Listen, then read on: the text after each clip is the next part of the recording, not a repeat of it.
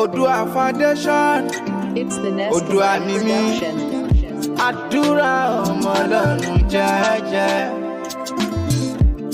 Ọlọ́ba jí máa sùn.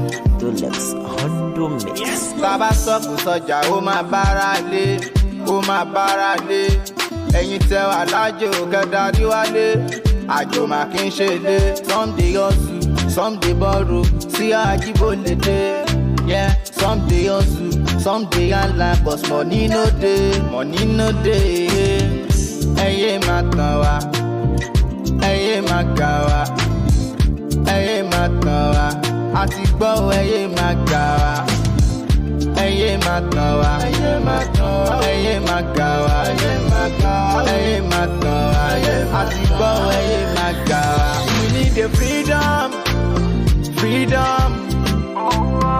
We need the freedom, freedom. Yeah. We need the freedom, freedom. We need the freedom, freedom. Oh nah.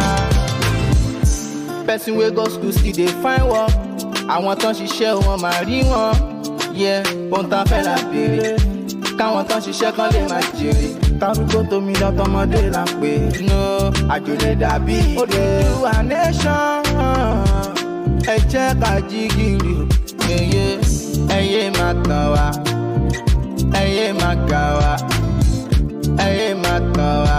A ti gbọ́ ẹyẹ máa gà wá. Ẹyẹ máa tàn wá. Ẹyẹ máa tàn wá. Ẹyẹ máa gà wá. Ẹyẹ máa gà wá. Ẹyẹ máa tàn wá. A ti gbọ́ ẹyẹ máa gà wá. We need the freedom, freedom. We need the freedom, freedom. Yeah.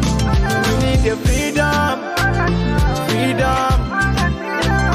We need the freedom, freedom. Oh nah.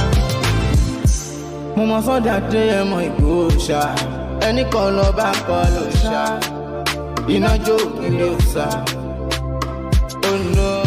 Rolex Hondo Mix. We need the freedom, freedom. We need the freedom, freedom. Yeah. We need the freedom, freedom. We need the freedom, freedom. Oh nah. Person wey go school still dey find work. Àwọn tán ṣiṣẹ́ wọn máa rí wọn. Yeah, ohun tá fẹ́ la béèrè. Káwọn tán ṣiṣẹ́ kan lè máa jèrè.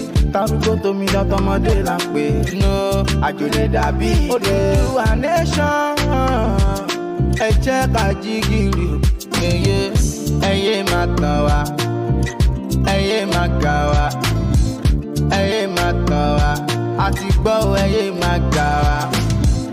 Ẹyẹ máa tàn wá. Ẹyẹ máa tàn wá. Ẹyẹ máa gà wá. Ẹyẹ máa gà wá. Ẹyẹ máa tàn wá.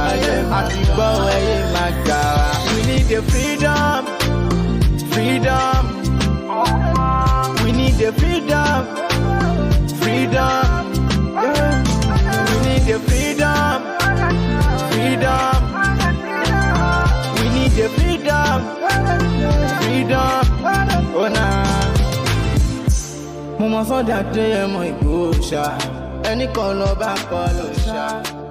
Iná jó ògiri ò sá. Oh no.